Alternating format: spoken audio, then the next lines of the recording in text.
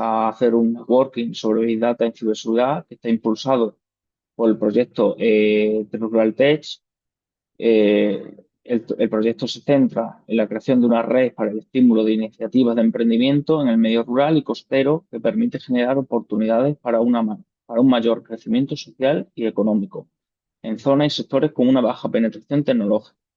Por tanto, el proyecto está pensado para impulsar las llamadas tecnologías disruptivas como IA, Big Data o IoT.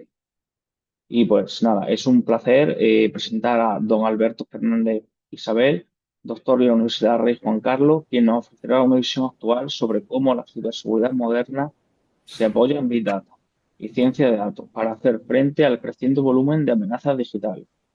Su ponencia abordará el uso del análisis en tiempo real, el aprendizaje automático y técnicas de correlación para detectar y prevenir ataques, así como el papel de tecnologías emergentes como el procesamiento en el Edge y la inteligencia artificial explicable. Además, tratará los principales desafíos en torno a la gobernanza de datos, la privacidad y la interoperabilidad en entornos digitales cada vez más complejos. Bienvenido, don Alberto. Hola, muy bien, gracias. Si me escucháis bien. Voy a Sí, intentar perfectamente. compartir la pantalla. A ver si me permite compartir. ¿Lo veis todos más o menos bien? Voy a darle Sí, ahí. se ¿Se ve ve? perfecto. Vale, Sí. perfecto. Pues con tu permiso, Antonio, pues voy a comenzar la presentación. Nada, de nuevo, como ha indicado Antonio, pues soy Alberto Fernández Isabel, soy profesor, doctor en informática en la Universidad Rey Juan Carlos de Madrid, aunque alojado en la sede principal en Móstoles. Y bueno, estoy haciendo una estancia de investigación, unas colaboraciones con la Universidad de Extremadura en Cáceres, tanto con Andrés Carolindo como con Pablo García, en el contexto de esto que comentábamos, de la ciberseguridad y demás. Y bueno, es decir, voy a daros una pequeña introducción, una pequeña charla, ¿vale? Sobre cómo sería un poco, en qué punto estamos en el tema de análisis de datos, sobre todo en el dominio de la ciberseguridad, ¿de acuerdo? Entonces, yo pertenezco al grupo Data Science Laboratory en la Universidad de Juan Carlos, es decir, es un grupo especializado en ciencia de datos, Big Data y sobre todo actualmente en la parte que me toca a mí, más en tema de inteligencia artificial, de IA generativa, es decir, pues estamos orientándonos cada vez más hacia ese mundo.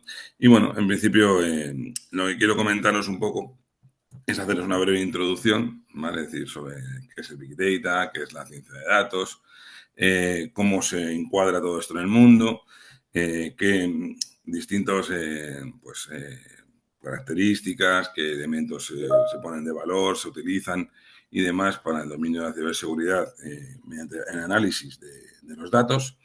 Y luego pues os haré pues, un pequeño paso por casos de uso en los que he participado activamente y por último os hablaré de un proyecto en el que actualmente estamos trabajando desde mi universidad que pues, es bastante interesante porque utiliza todo ese tipo de lo que es el manejo, el estudio y el procesamiento de los datos, ¿de acuerdo? Para realizar medidas efectivas de ciberseguridad, en este caso basadas en el riesgo y en el impacto que tienen los posibles ciberataques y de ser atacadas, obviamente, ciertas empresas.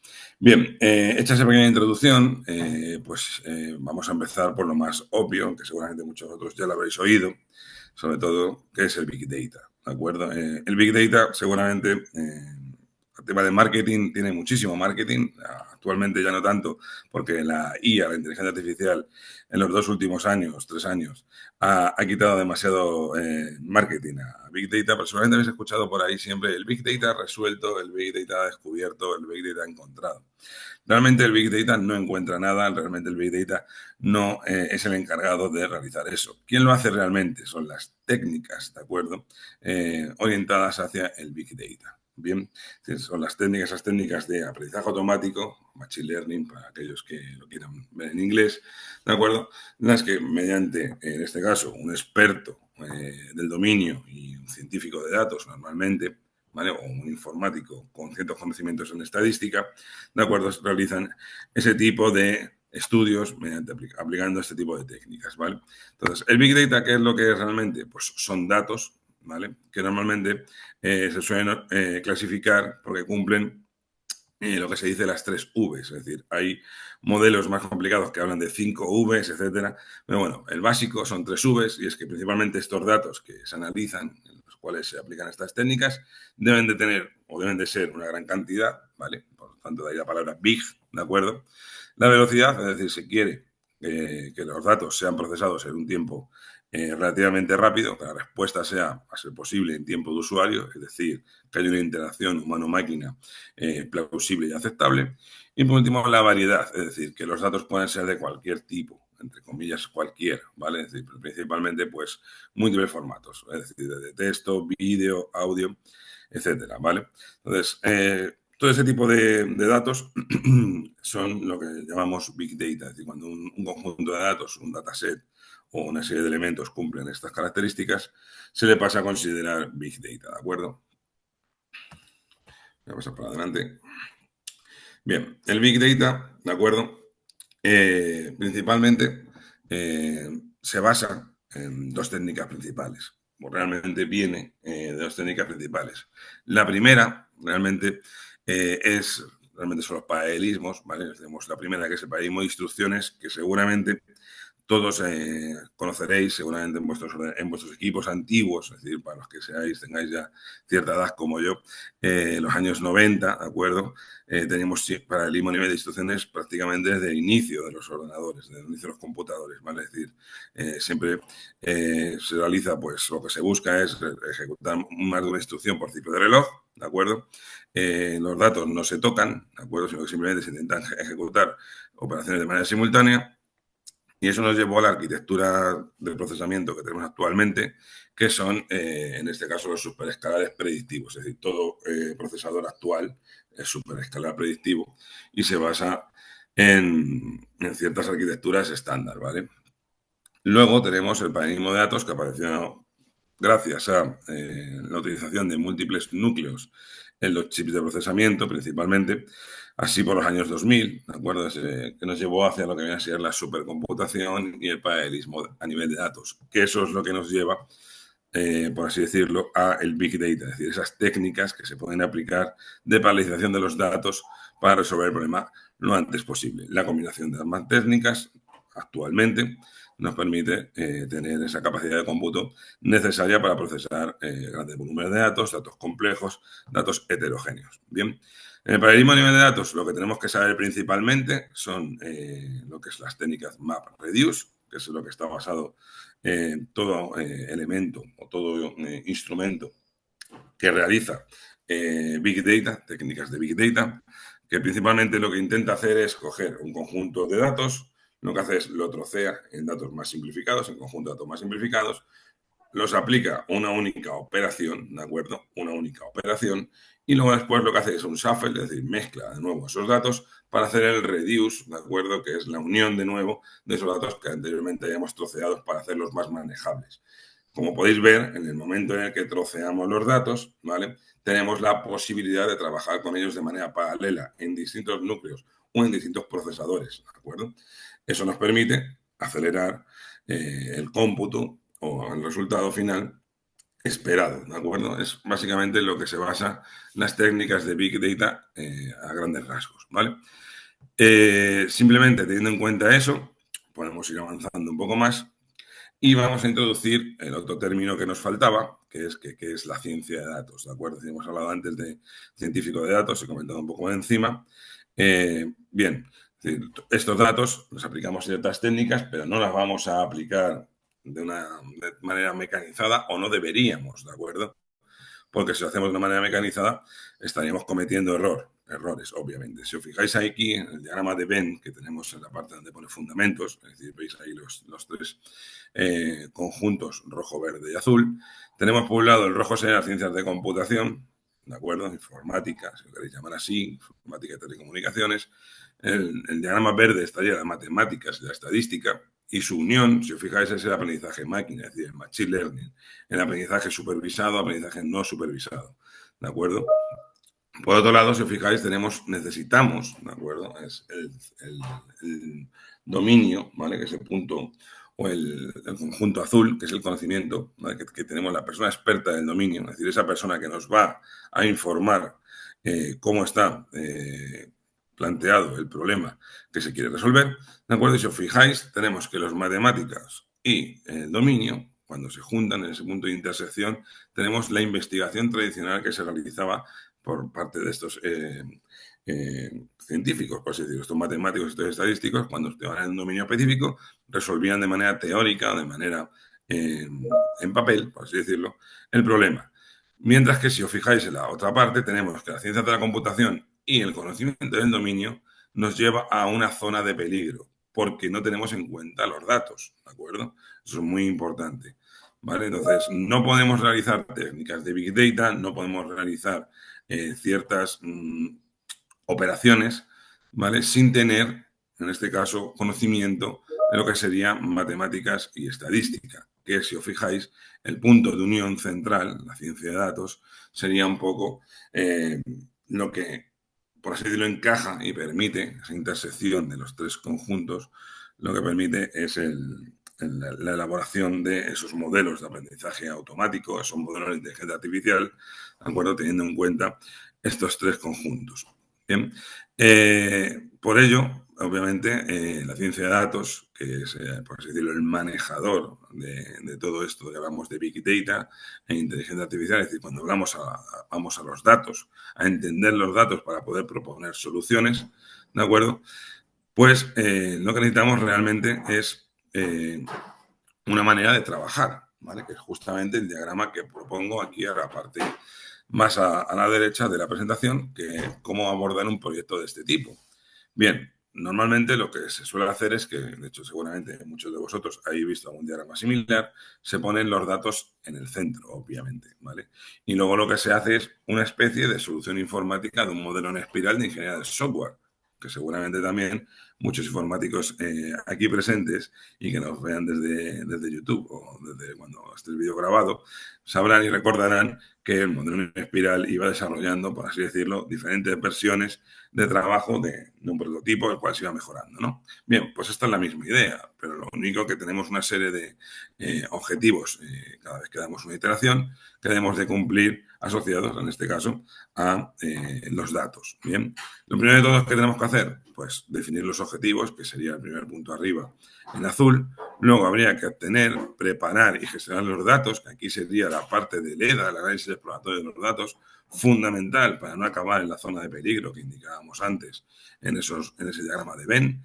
Bien, luego después tenemos construir un modelo, obviamente el modelo de aprendizaje automático, véase el que corresponda, supervisado, no supervisado, semi-supervisado. Bien, hay que evaluar, obviamente, ese train, después de hacer un train hay que hacer ese test, esa evaluación de ese modelo. Luego, importante, visualizar y presentarlo. Esto es muy relevante porque no dejamos de ser los seres humanos seres visuales, necesitamos entender los datos de manera visual. A nosotros nos ponen un Excel gigante con muchísimas filas, muchísimas columnas, y es muy difícil que lo entendamos, pues nos lo pintan, ¿de acuerdo? En un mundo de 2 dimensiones o 3 dimensiones, ¿vale? Espaciales, obviamente, sí que somos capaces de sacar conclusiones mediante, en este caso, pues nuestro conocimiento del espacio, ¿vale? Del conocimiento visual. Y por último, bueno, el despliegue en producción, que sería, por así decirlo, el primer prototipo, luego después el segundo prototipo, etcétera. Como veis, es un flujo continuo que se basa en ese modelo en espiral que estábamos comentando. Esto sería un poco la manera de trabajar que tendríamos en el Big Data. Y ahora ya vamos a ir hacia la ciberseguridad.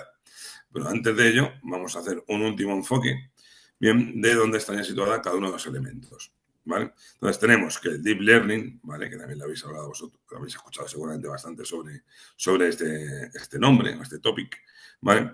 Está muy relacionado con el Big Data, que le veis aquí, veis que está el Big Data aquí, y toda esta parte del Big Data, obviamente, completo, está dentro, se incluye dentro de la ciencia de datos, mientras que el Deep Learning es solo una parte, ¿de acuerdo? Forma parte de ella. Luego tenemos el gran conjunto del Machine Learning, que toca bastante en este caso a la ciencia de datos, incluye Deep Learning completamente, incluye Big Data completamente, Y por último, pues como era de esperar y como era lógico, tenemos la inteligencia artificial que engloba prácticamente todo, eliminando cierta parte del conocimiento del dominio, ¿de acuerdo? Y parte de estadística que queda fuera de la inteligencia artificial, que está relacionada con la ciencia de datos, ¿vale? Bien, dicho esto, vamos a avanzar un poquito, vamos a ver un poco dónde podemos aplicar, en este caso, todo esto que ya hemos comentado, toda esta pequeña introducción que hemos hecho sobre los datos, sobre la ciencia de datos, sobre el Big Data. ¿De acuerdo? Bien, principalmente donde más de interés son estas técnicas, diríamos en la detección de intrusiones en tiempo real, es fundamental, es decir, los algoritmos de aprendizaje automático son capaces de analizar patrones del tráfico, ¿de acuerdo? Para poder encontrar, en este caso, elementos diferentes, elementos diferenciadores, elementos extraños que te hagan suponer o que te hagan levantar la mano, entre comillas, no levantar la mano, porque podemos tener algún tipo de acceso no autorizado. Luego tenemos una parte muy importante que es el análisis de comportamiento de usuarios, llamado WEBA, que seguramente también algunos de vosotros conoceréis, que es la identificación de actividades, en este caso anómalas, que lleva a cabo un usuario. Normalmente un usuario siempre tiene una serie de patrones similares, puede ser patrones de comportamiento, puede ser patrones en su manera de actuar, puede ser patrones en muchas cosas, pero principalmente se basa en patrones en comportamiento, es decir, qué página suele visitar o cómo maneja, cómo deja de manejar ciertos periféricos, como puede ser el teclado, como puede ser el ratón de su equipo, etcétera. ¿De acuerdo? En este caso profundizaré un poquito más adelante porque tengo un caso de ejemplo en el cual hicimos un proyecto sobre esto y que me gustaría comentar con vosotros. Por otro lado, tenemos la prevención de ataques y amenazas, obviamente, es decir, pues los modelos predictivos en general, pues suelen, en este caso, anticipar posibles vectores de ataque. Bien, es decir, suelen estar hechos para esto. Cuidado con esto, porque en la actualidad, lo comentaré en la parte final de la presentación, los modelos al final también son atacables. Es decir, un modelo predictivo que se encarga de detectar ciertas cosas también puede ser investigado, también puede ser robado, como se dice comúnmente, y engañado de esa manera, ¿vale? Es decir, ya lo veremos luego más adelante, lo comentaremos. Luego tenemos la parte de detección de phishing y spam, que es algo relativamente sencillo, probablemente de las técnicas o aplicaciones en las cuales la ciencia de datos o las técnicas de Big Data participan, sea la más sencilla, que en este caso se basa en temas de test mining, minería de datos, no llega a ser procesamiento de lenguaje natural, realmente no suele ser demasiado complicado, es analizar el texto, analizar patrones en el texto y mediante clasificadores supervisados pues se detectan este tipo de correos maliciosos, ¿vale? Suele haber filtros anti-spam, muchos de vosotros seguramente los tengáis en vuestros correos o los habéis visto funcionando. Luego tenemos análisis de malware, que es ya realmente es de los más peligrosos, más complicados, reconocimiento de patrones de nuevo para clasificar este software malicioso. Y aquí sí que realmente es un reto abierto completamente, principalmente porque el malware no deja de evolucionar, el malware no deja de mejorarse, no deja de cambiarse, modificarse por parte de los atacantes. Entonces, podemos resolver ciertos ataques o ciertos tipos de malware pasados, pero siempre en los futuros tenemos el riesgo o corremos el riesgo de, en este caso, no poder detectarlos. Vale, luego tenemos la parte de detección de fraude, que es también relativamente sencillo, ¿vale? Se relaciona en cierta medida con la detección de phishing y spam. Y aquí, pues de nuevo, son técnicas de aprendizaje automático en las cuales pues, se monitoriza las transacciones bancarias principalmente. Es decir, si te roban la tarjeta, si te roban el teléfono, si intentan pagar de manera en la que tú hayas autorizado una transferencia, etcétera, etcétera. Hay elementos automatizados ya, todos vosotros seguramente los conocéis, en los cuales pues detectan ese tipo de pago o intento de pago no típico, no estándar, que también tiene un poco de relación con la parte de análisis de comportamiento de usuario y obviamente no lo permiten, ¿vale? Entonces está bastante, en este caso sí que resuelto, ¿vale? Es relativamente más sencillo. No como análisis de malware que comentábamos, que es complejo. Y bueno, para ir terminando esta parte, tenemos análisis forense automatizado, que es cuando hemos recibido un ataque, pues en este caso se puede pasar ciertos escáneres, ciertos algoritmos, ciertos sistemas que analizan la entidad en la cual ha sido atacada o los elementos, en este caso la identidad, y se intenta encontrar el motivo, el porqué de una manera automatizada. Y por último, la visualización interactiva de amenazas, pues como hemos comentado antes, somos seres visuales, ¿de acuerdo? Necesitamos ver los datos, necesitamos ver qué es lo que ha pasado, necesitamos ver ese flujo, ese diagrama de lo que está pasando para poder saber un poco o entender lo que ha ocurrido. ¿Vale? Sería un poco en general esto, las aplicaciones a nivel global, donde la ciberseguridad y el Big Data, la ciencia de datos, la inteligencia artificial, al final se relacionan. Y luego, pues, vamos a hablar un poquito de las técnicas comunes que se utilizan para resolver esto que estábamos comentando. Ya he introducido muchas de ellas, he hablado de data mining, ¿vale? He hablado de text mining, ¿de acuerdo? Principalmente aprendizaje supervisado y no supervisado, ya sabéis, para detección de malware y demás, es muy útil. Análisis de series temporales es relativamente interesante para la monitorización de eventos, ¿de acuerdo? La reducción de dimensionalidad, pues técnicas como PCA, TSN, para visualización, es decir, reducimos la gran cantidad de datos, la reducimos mediante técnicas de este tipo de reducción de dimensionalidad a 2 o 3 dimensiones para poder visualizar ese entorno y entender lo que está pasando. También es importante, y además está muy de moda actualmente, todo lo que es el aprendizaje de máquina explicable o inteligencia artificial explicable, en la cual intentamos o se intenta explicar el porqué de las decisiones del modelo, el por qué el modelo se ha equivocado, el por qué el modelo ha podido ser atacado, por qué el modelo no ha interpretado adecuadamente algo o por qué sí lo ha hecho, ¿vale? Es decir, es muy interesante. Y por último, procesamiento de lenguaje natural, que ha aparecido brevemente anteriormente, en lo que yo soy bastante experto, ¿vale? Es más mi campo de funcionamiento de aplicación.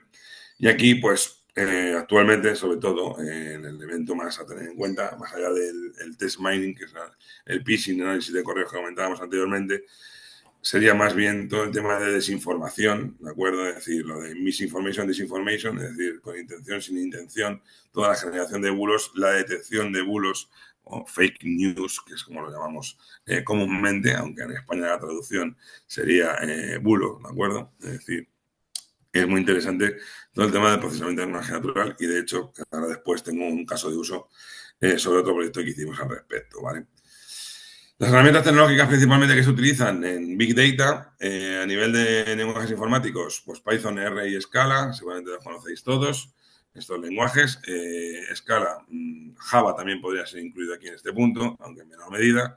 Scala no deja de ser un lenguaje de programación funcional muy similar a Java o que utiliza en este caso la máquina virtual de Java para funcionar. Luego tenemos marcos de desarrollo fundamentales, Spark, Hadoop y H2O, Spark, Apache Spark y Apache Hadoop.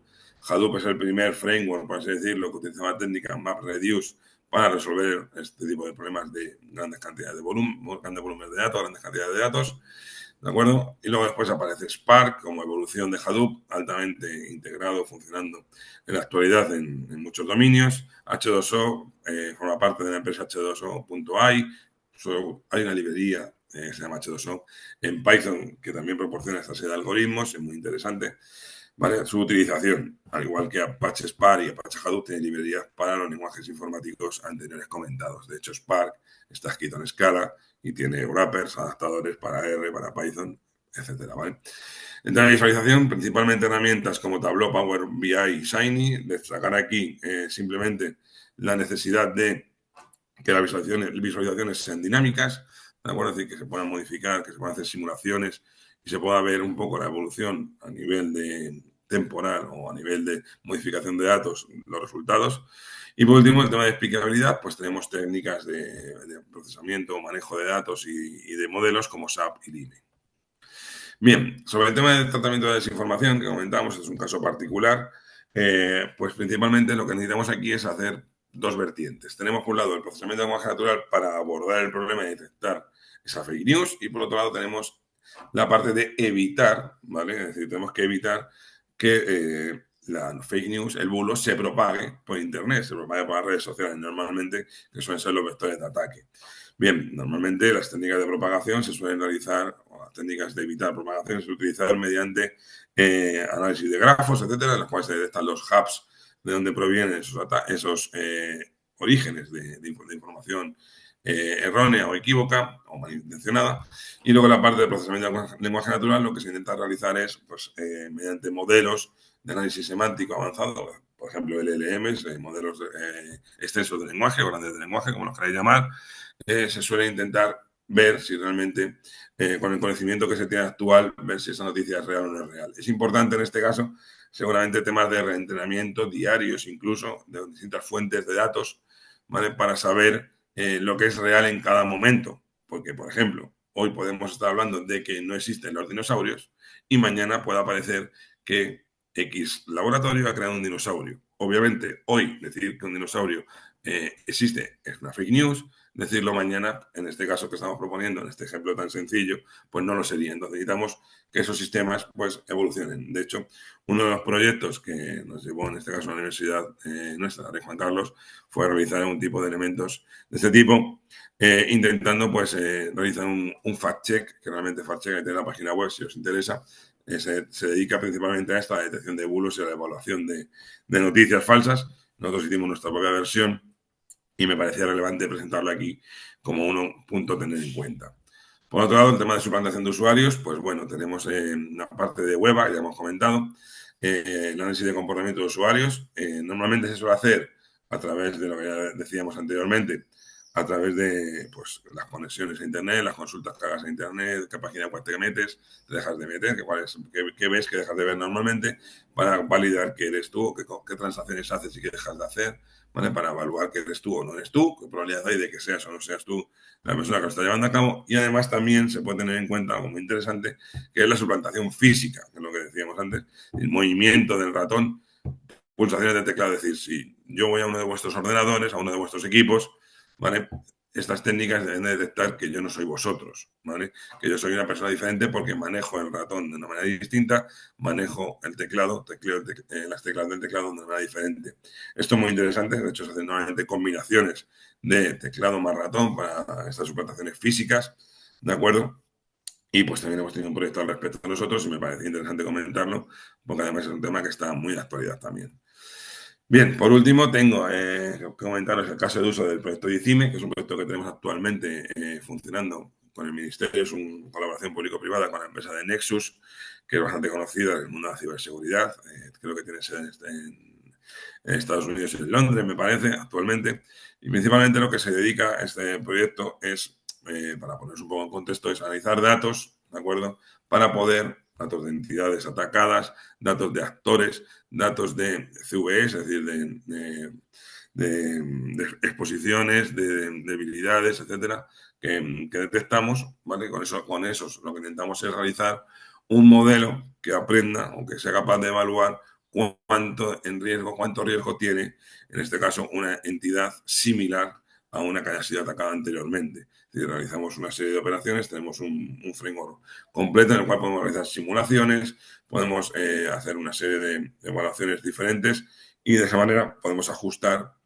y ver cuánto riesgo o cuánto impacto tendría un ataque, en este caso, en una empresa, en una entidad. Se basa principalmente en The Risk, que es una herramienta que nos proporcionaba la empresa. Nosotros tenemos nuestra evolución de esa herramienta que debe integrarse, en este caso, con The Risk, que se llama DICIME, que es como se llama el proyecto. Y bueno, simplemente que tengáis en cuenta, pues eso, es decir, análisis de gran cantidad de datos, de nuevo, en este caso, porque tenemos que tener todo el conocimiento de lo que se dice de las empresas por Internet, de lo que se habla en foros, en la Deep Web incluso. Tenemos que tener en cuenta la reputación que tiene esa empresa, lo que se habla de ella, de nuevo, no solo en los foros, sino lo que opinan gente más técnica, gente más profesional. Si interesa la empresa sea atacada o ha sido empresas de categorías similares atacadas con anterioridad o con cercanía, cuántas han sido atacadas similares. Y además utilizamos modelos extensos de lenguaje para hacer esa similitud pues, entre categorías, entre la búsqueda de esa información encontrada en Internet para poder obtener todo ese conocimiento de la entidad y poder hacer esos matchings con nuestros modelos de aprendizaje automático. ¿De acuerdo? Todo ello, como podéis entender, pues al final, cuando tienes una gran cantidad de datos con los que tienes que manejarte, pues obviamente necesitas técnicas de Big Data para solventarlo. Bien, esto ya lo he comentado un poco por encima. Lo más interesante es simplemente, tampoco me quiero extender demasiado, ya que el tiempo es limitado, pues que tengáis en cuenta eso. Es decir, los modelos de aprendizaje automático, en este caso, permiten mejorar la obtención de los datos, la fusión de diferentes fuentes de información e incluso la imputación de valores faltantes. Es decir, estamos utilizando el LMs, ¿de acuerdo? Con agentes, de hecho lo ha comentado por ahí un compañero en otra charla anterior, agentes, en este caso, orientados con tareas específicas mediante tools, ¿de acuerdo? Mediante técnicas de Langchain, Langgraph, es decir, ese tipo de herramientas de los LLMs, a hacer, en este caso, pues imputación de valores faltantes, búsqueda de esos valores, etcétera, etcétera. ¿De acuerdo? Entonces, simplemente que tengáis en cuenta un poco que ahora mismo, en la actualidad, la inteligencia artificial y la ciberseguridad es lo que más domina, ¿de acuerdo? Es decir, es, por así decirlo, las dos vertientes principales, y este proyecto, pues será, en este caso, un caso típico de fusión de ambos. Sobre retos emergentes, para ir terminando y no extenderme demasiado, privacidad en IoT, pues ya sabemos, al final, por un lado, es que los sistemas sigan funcionando adecuadamente y no puedan ser atacados, y luego además que la comunicación que se lleve a cabo entre estos sistemas de IoT sea lo más segura posible. Eso es un reto que además actualmente está muy de moda. Luego tenemos la parte de ciberataques a modelos de IA, que lo comentaba al principio de la presentación, en la cual hay ataques adversarios, es decir, queremos engañar al modelo, es decir, queremos hacer que diga cosas que no son, es decir, queremos engañar, que nos diga, por ejemplo, que yo no soy un atacante o que yo sí soy otra persona, es decir, mediante técnicas de ataques adversarios intentamos engañar a ese modelo. El clonado y el robo de los modelos, es decir, podemos consultar un modelo, si tenemos libertad o posibilidad de consultar un modelo X veces, hacerle consultas, podemos llegar a obtener, ¿de acuerdo?, cierta información de cómo está realizado el modelo y llegar a clonarlo o incluso lo que se dice el robo del modelo, es decir, me creo yo mi propio modelo y sé cómo tengo que atacarte, cómo tengo que atacar a ese modelo, porque conozco un poco, por así decirlo, su núcleo, núcleo de entrenamiento, su conjunto de datos de entrenamiento, ¿vale? Punto importante, modelos desactualizados. Esto es muy relevante en la actualidad porque, claro, cuando tú implantas modelos de Machine Learning, en este caso, por ejemplo, para temas de ciberseguridad, lo que ocurre principalmente es que tienes dos problemas. Por un lado tienes la deriva conceptual y por otro lado la deriva de datos. Y vamos a explicarlos. La deriva de datos es, mis datos no tienen por qué seguir siendo siempre iguales. Es decir, yo entrené un modelo hace X tiempo, unos datos, actualmente mis datos pueden haberse modificado sin más. Y además tenemos la parte de la deriva conceptual. ¿De acuerdo? ¿Qué consiste la deriva conceptual? Pues muy sencillo. Es decir, no solo mis datos pueden cambiar debido a la influencia del modelo, sino que además las etiquetas de esos datos pueden haberse influenciadas por el modelo. Caso muy sencillo, para ir terminando, y lo pongo rápidamente. Es decir, si yo tengo un sistema que me dice que si yo tengo un problema me tengo que operar al 90%, me voy a salvar, ¿de acuerdo? Si ese modelo fue entrenado ¿para qué salvar al 90% si de repente ya no se me muere gente, siendo un poco pragmáticos, si fuéramos médicos, de repente mi modelo no estaría haciendo su labor adecuadamente, porque ya está salvando al 90% de la gente. Antes no salvabas al 90% de la gente, por lo tanto el modelo estaría desactualizado y habría que modificarlo para que, en base a lo que opina este modelo original, tener otro modelo para poder seguir manteniendo esa tendencia de 90%, ¿vale? Porque obviamente los resultados del modelo influyen en los resultados totales de los datos. Es decir, si yo digo que a alguien le va a pasar algo, porque antes le pasaba, pero ya no le pasa gracias a mi modelo, los datos están cambiando, la etiqueta está cambiando. Bien. Y por último, pues algo que está muy de moda, desinformación, ataques automatizados, es decir, secos ideológicos, como ya hemos comentado. Muchas noticias son falsas, muchas noticias están orientadas a dañar o modificar pensamientos, ideas de las personas en la actualidad. Es muy fácil, gracias a las tecnologías de la información, gracias a Internet, y obviamente su propagación en redes sociales. Y para terminar, conclusiones que tenemos que tener claras. Sin conocimiento del dominio, ¿vale? Es decir, lo que hablábamos justo al principio con el diagrama de Venn, los modelos fallan. Es decir, no, si no tenemos un poco de conocimiento, en este caso, sobre ciberseguridad, si no conocemos las herramientas que hay, por mucho que queramos hacer machine learning, aprendizaje automático, inteligencia artificial con ciberseguridad, los modelos van a fallar. ¿De acuerdo? Necesitamos ese conocimiento del dominio fundamental, rodearse de gente específica, en este caso, de ciberseguridad, con altos conocimientos en ciberseguridad. Y por lo tanto, aprender del dato es importante, gastar tiempo, emplear tiempo, en este caso, en entender lo que está ocurriendo ahí, en entender ese dato, en entender lo que pasa en este campo, pues que sea la ciberseguridad.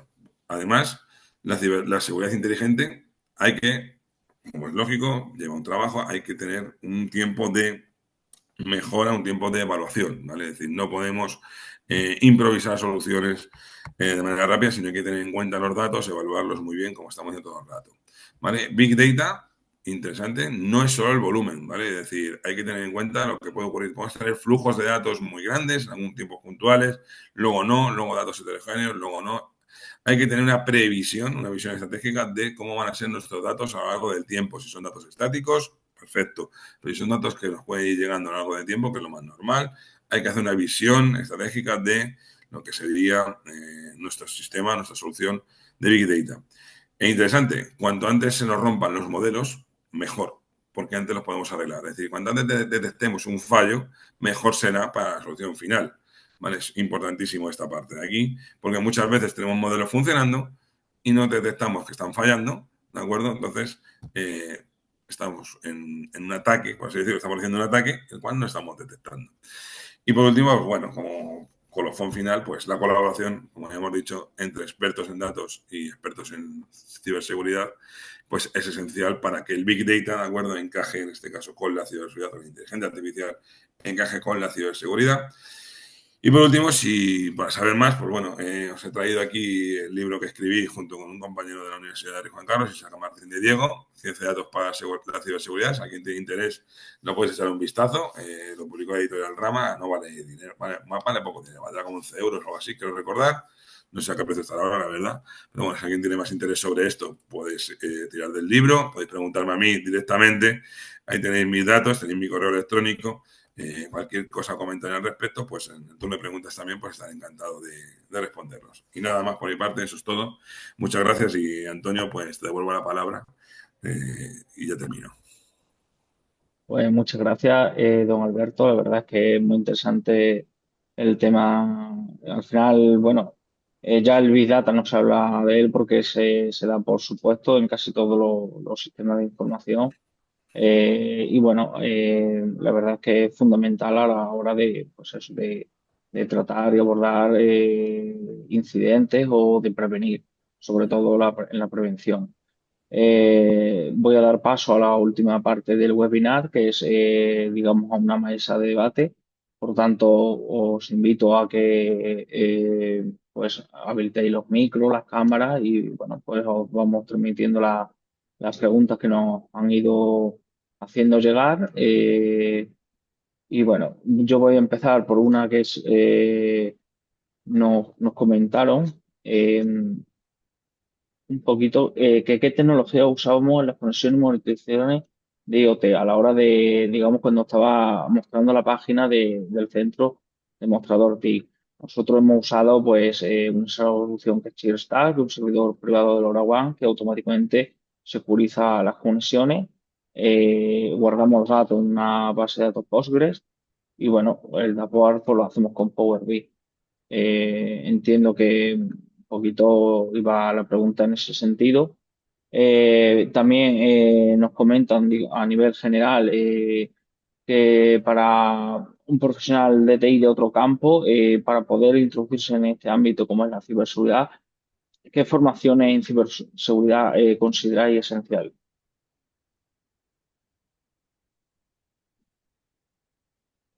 No sé, don Roberto, don Alberto. Sí, podemos hablar Bueno, un poco de todos, ¿no? Es decir, lo hacemos dinámicos, si os parece. Es decir, si queremos, en este caso, abordar un tema como la ciberseguridad, es un dominio complejo, hay que decirlo. Es decir, es bastante complejo. Pero realmente el conocimiento que necesitas principalmente es saber un poco dónde te estás moviendo para poder empezar como todo. Es decir, al final, qué técnicas se utilizan o primeramente qué es lo que queremos hacer, en qué consiste esto de la ciberseguridad.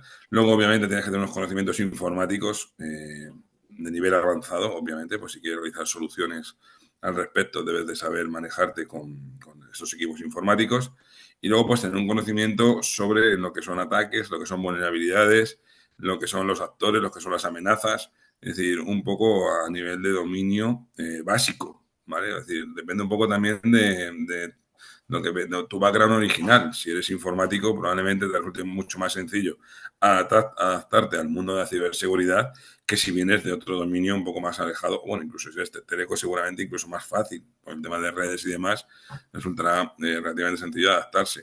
Si eres, pues no sé, me invento, ingeniero industrial, perdónenme los ingenieros industriales aquí presentes si hay alguno, pero seguramente, pues al ser una ingeniería más genérica, ¿vale? Más adaptada a otro tipo de procesos, pues resultará más adaptarse a un dominio tan específico como es la ciberseguridad y además tan actual, es decir, que es justo lo que hablábamos antes, es decir, actualmente lo que más interesa o lo que más se vende es ciberseguridad e inteligencia artificial.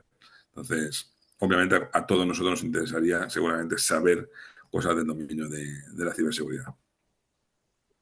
Y por ser Pues más muchas pragmático y un poco en paralelo a la visión académica, ahora mismo todos los fabricantes, los mencionados en la presentación, pero cualquiera de los fabricantes líderes, tienen formaciones, específicamente Microsoft y Google, tienen formaciones gratuitas. Si ya se dispone de conocimientos TIC generales, estos fabricantes nos van a permitir entrar a fondo en productos concretos. Evidentemente, es otro modelo, ¿de acuerdo? Es mucho más pragmático, mucho más, digamos, focalizado, pero sí que ahora mismo de forma gratuita en las páginas de Microsoft o de Google hay cursos bastante avanzados y bastante intensivos, incluso en algunos susceptibles de obtener certificaciones profesionales reconocidas en el mercado que nos proporcionan estos fabricantes. Sí, nos transmiten que no, era para un profesional ya de TI, o sea, ya con un conocimiento técnico en informática. Y bueno, pues es verdad que pues, hay mucho, ¿no? CCNA, por ejemplo, por citar algunos que yo creo que considero un poquito fundamentales o para comenzar un poquito en el tema de ciberseguridad. Eh, Otra pregunta que nos hacen llegar para don Roberto, ¿cómo se garantiza la fiabilidad de las decisiones sugeridas por un agente de IA en un entorno crítico como el de la ciberseguridad? O sea, ¿cómo, digamos, cómo monitorizas tú por qué la IA ha tomado esa decisión? Entiendo que se le pregunta. Sí, como decía en la presentación, en el caso práctico en el que nosotros, evidentemente, en los productos comerciales son los fabricantes, sus laboratorios y sus ciclos de vida de desarrollo del software los que dan esta fiabilidad. Es decir, cada fabricante, al final, como cualquier producto que libera al mercado, tiene sus propios elementos de calidad. En el caso práctico de Evolution, en nuestro caso en el que hemos desarrollado una herramienta propia, tenemos, como decíamos en la presentación, una colaboración entre profesionales de la ciberseguridad y analistas de datos y programadores. Es un equipo multidisciplinar. Y en este ámbito, los analistas y los expertos en inteligencia artificial lo que tienen es modelos de validación, principalmente con iteración sobre los motores, es decir, lo que se va haciendo son inferencias de las diferentes tomas de decisiones y se van validando. Cuando estos procesos de validación tienen, no es mi ámbito de experiencia, ¿de acuerdo?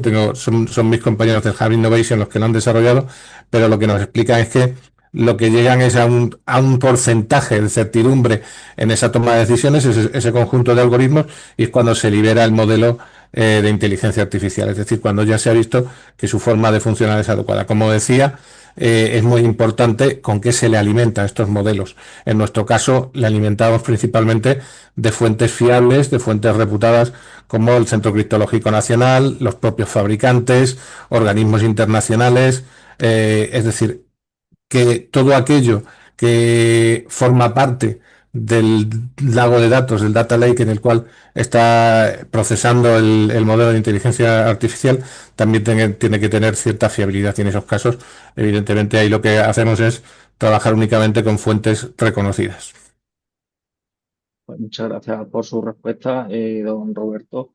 Poniendo un poquito en contexto de que Extremadura, pues lo que predomina son las pymes y autónomos, nos hacen llegar una pregunta para don Eleazar de cuáles serían las medidas legales mínimas, o sea, qué medidas legales y técnicas mínimas debe adoptar una pyme para garantizar el cumplimiento normativo en materia de ciberseguridad y privacidad?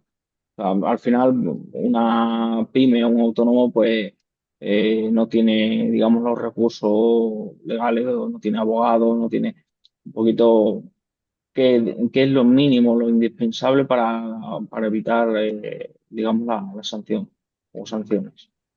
Sí, bueno, aquí un poco lo que veníamos comentando a lo largo de la mañana de la importancia de la personalización, ¿vale? De analizar, digamos, cada caso concreto y ver necesidades. Depende de sectores y demás. Bajo mi punto de vista, pues en el caso aquí de Extremadura, de la región, una empresa, una pyme, la normativa principal puede ser el Reglamento General de Protección de Datos, ¿vale? Tanto lo que es el reglamento como la LPD en el ámbito nacional, ¿vale? Básicamente porque es obligatorio, quiero decir, con cualquier dato que trate, pues va a ser obligatorio. Aquí, claro, nos podemos encontrar de una pyme de un sector tradicional que, no sé, un taller mecánico, por ejemplo. Quiero decir, ¿qué datos va a tener? Pues de los propios empleados y de los clientes, pues ahí tendrá que aplicar la medida que corresponda. Si hablamos de una pyme que presta ya una consultoría, que maneja por ejemplo, una asesoría, ¿no? O de contabilidad, que lleva nóminas, que lleva los impuestos pues esa, a nivel de infraestructura es más complejo, ¿no? Pero básicamente la normativa tampoco entra en medidas concretas, es uno de los grandes problemas, porque si no se quedaría obsoleta, ¿vale? No, la normativa no te puede hacer una relación de tipos de antivirus, de tipos de cifrado, porque se quedaría obsoleta a la semana de que es publicada, ¿vale?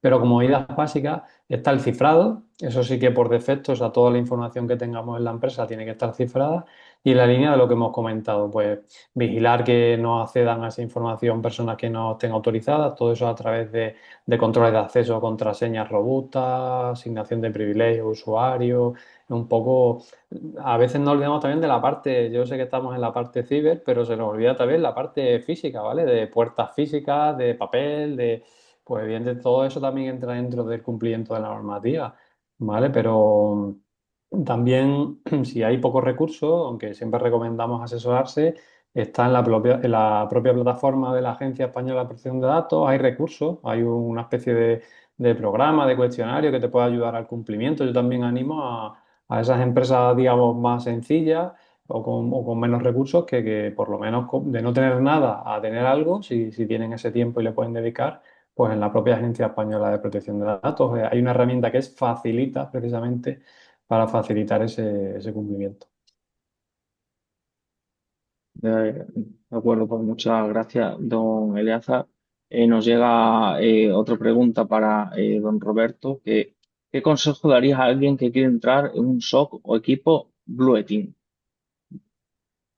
En el Blue Team, si nos referimos a Blue Team como equipo preventivo, en contraposición al Red Team, sobre todo, y yo creo que antes Alberto también lo ha comentado, un amplio conocimiento de la tecnología. Es decir, abordar este tipo de carreras profesionales entrando directamente en el concepto de amenaza, en el concepto de herramientas de protección. mm, en mi opinión no es adecuado. Es decir, previamente hay que tener un amplio conocimiento de la tecnología. Porque, por ejemplo, Blue Team, un equipo de Blue Team tiene que tener claro las tecnologías a las que se van a aplicar las medidas de seguridad o cualquier escenario de auditoría, de análisis de vulnerabilidades. Si no sabemos lo que es un gestor de base de datos, si no sabemos lo que es un servicio de directorio, si no sabemos lo que es un sistema cloud, pasarelas, este conjunto de tecnologías generales, y cuanto más avanzado tengamos el conocimiento de estos elementos, mejor profesional de la ciberseguridad. Es decir, no digo que tengas que llevar 10 años de experiencia en el mundo TIC, pero todos los años de experiencia que se tengan con una visión generalista son muy importantes a la hora de luego garantizar que cualquier aplicación de tus conocimientos al mundo real va a tener garantías. Cuanto más conocimiento del ámbito tecnológico, más fácil será el desarrollo de una carrera profesional en el ámbito de la ciberseguridad. Pues muchas gracias, don Roberto, por esa explicación tan detallada. Por último, bueno, nos hacen llegar también otra pregunta para don Alberto. ¿Cuáles son los principales desafíos técnicos y éticos en la gobernanza de datos cuando se aplican técnicas de análisis masivo en ciberseguridad? Es decir, pues eso, ¿cuándo entra, es ético captar todos los datos o hay que anonimizarlo, Pero etcétera? Un poquito, ahí entramos, ¿no?, en el eterno debate. el eterno debate de lo que es seguridad y lo que es abuso, ¿no? Sí, Sí, obviamente, es decir, todo esto efectivamente. está regulado por leyes, por normativas, obviamente, la Ley General de Protección de Datos, la ley europea, pues te permite obtener información de los usuarios de manera anonimizada. Normalmente no sabes quién es quién, pero sí sabes, en este caso, que un ordenador se comporta de una determinada manera porque hay una persona ahí realizando una serie de operaciones. Tú no sabes que Pepito Pérez, ¿vale?, está haciendo eso, sino que sabes que el ordenador PC 0003, me lo invento, está realizando unas tareas extrañas que no debería de estar realizando. Entonces, los datos normalmente suelen estar anonimizados y obviamente monitorizar, evaluar y obtener información del tráfico, obtener información de lo que se realiza en los distintos elementos de una entidad, de una compañía, está permitido. Sí que hay que tener cuidado, obviamente, con anonimizarlos, como digo, de una manera determinada y no sobrepasar nuestras competencias, porque si no estaríamos pasándonos, por así decirlo, al otro lado, es decir, al lado oscuro, como dicen por ahí gente famosa de ciberseguridad, y nos estaríamos convirtiendo en pequeños hackers, ¿no? Entonces, Vale, hay que tener un poco de cuidado con eso. de acuerdo, pues muchas gracias, don Alberto. Bueno, también para don Juan Boticario. No, porque en su ponencia no, digamos, nos hacen llegar que qué ventaja tangible puede esperar una pyme, ¿no?, para adoptar el enfoque Zero Trust y cuáles son los errores más comunes. Porque al final, pues bueno, digamos que adoptar esa medida tendrá algunos costes y tendrá algún beneficio de pasar de la seguridad perimetral digamos, a la arquitectura Zero Trust. Sí, pues sobre todo lo que nos permite una arquitectura Zero Trust es defendernos ya no solo del tráfico que nos puede entrar de norte a sur, es decir, a partir de Internet a nuestro perímetro, sino del tráfico este a oeste, es decir, el tráfico que tenemos dentro de nuestra organización con un enfoque perimetral. Esto realmente es difícil de conseguir. Entonces, si nos adoptamos una postura Zero Trust, vamos, sería mucho más rígida. Y efectivamente, como he comentado, es un enfoque, implementar un Zero Trust es muy intrusivo, es súper intrusivo. Y pues, las recomendaciones es que hay que tenerlo muy claro, hay que tener los requisitos bien cumplidos, porque si no se puede volver completamente inviable. De acuerdo, pues muchísimas gracias, don Juan. Bueno, pues vamos a dar finalización a este interesante webinar sobre ciberseguridad. Eh, pues un poquito, pues hemos recapitulado, hemos, digamos, hecho un inciso en cada una de las tecnologías así más emergentes y, digamos, de más actualidad. Y bueno, pues sin más, pues agradecer a Juan, a Roberto, Eleazar y Alberto su asistencia a la jornada, así como a don Facundo Mera y a don Jesús Colado. También comentar que la jornada estará disponible en nuestro canal de YouTube. Mañana os enviaremos un enlace con una encuesta de satisfacción para que nos rellenéis a fin de valorar el interés de la jornada y el desempeño de esta. Queremos recordaros que quien necesite justificante de asistencia nos lo puede solicitar a nuestro correo del CDT. Y sin más, nos despedimos recordando que nos sigáis en redes sociales para no perderos las últimas novedades. Y nos vemos en la siguiente jornada del CETI, que será IA generativa transformando negocios con creatividad y eficiencia. Y sin más, pues agradeceros a todos, asistentes y ponentes, pues el haber compartido este tiempo y esta fructífera jornada. Muchas gracias y un saludo. Gracias. Gracias, Antonio. Gracias. Hasta luego.